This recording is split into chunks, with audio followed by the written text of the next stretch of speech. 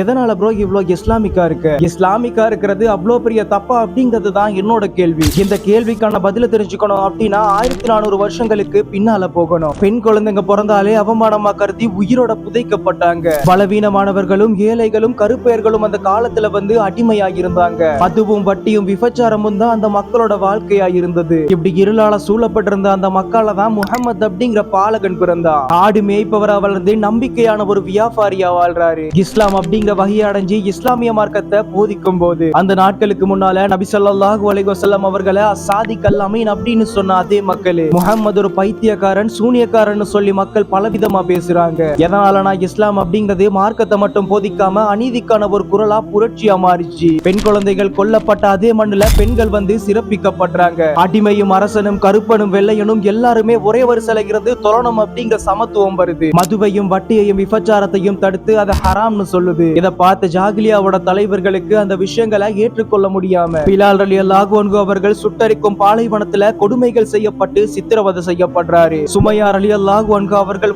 சித்திரவதை செய்யப்பட்டு ஷஹீதாக்கப்படுறாங்க. முஸ்அப் பின் உமைர் ரலியல்லாஹு அன்ஹு அவர்கள் தன்னோட குடும்பத்தையும் செல்வத்தையும் தூக்கி வீசினு உஹது போர்ல ஷஹீதான அப்புறமா அவர்களோட உடம்பு மறைக்க ஒரு ஒட்டு துணி இல்லாத நிலையில வஃபாத் ஆகுறாங்க. அவ்வளோக்கு உமைர் ரலியல்லாஹு அன்ஹு அவர்கள் மக்காவோட மிகப்பெரிய செல்வந்த குடும்பத்துல ஒருத்தர். இவங்க எல்லாருமே இந்த தியாகங்களை எதுக்காக பண்ணணும்? அவங்க எல்லாருமே கூட இஸ்லாமியரா இல்லாம இஸ்லாமிக்கா இல்லாம ஆசைப்பட்ட மாதிரி வாழ்ந்திருக்கலாமே. பட் அவங்க இதை பண்ணாததுக்கான காரணம் உலகத்தோட கேவலமான ஹராத்தை விட ஹலாலான கஷ்டங்கள் எல்லாத்தையுமே மறுமைக்கான வெற்றியா மாற்றினாங்க. இன்னும் நபி ஸல்லல்லாஹு அலைஹி வஸல்லம் அவர்கள் சொல்றாங்க, இஸ்லாம் அப்படிங்கிறது அந்நியமாக தொடங்கிய மாதிரி அதே இஸ்லாம் அந்நியமானதாவே மாறிவிடும்னு சொல்றாங்க. அக்கார்டிங் டு இந்த ஹதீஸ் 1400 வருஷத்துக்கு முன்னால இஸ்லாம் அப்படிங்கிறது ஜாஹிலியால தொடங்கிய மாதிரி இன்னைக்கு நாம வாழ்ற இந்த டிஜிட்டல் வேல் அப்படிங்கிறது ஜாஹிலியாவே மாறிக்கிட்டு வருது. பாவங்கள் எல்லாமே சர்வ சாதாரணமா மாறினது மட்டுமே இல்லாம அதே பாவத்தை பண்ணாம ஒதுங்குறவன இஸ்லாமியர்களே நீ இஸ்லாமிக்கா இருக்கன்னு சொல்றாங்க. சுப்ஹானல்லாஹ்.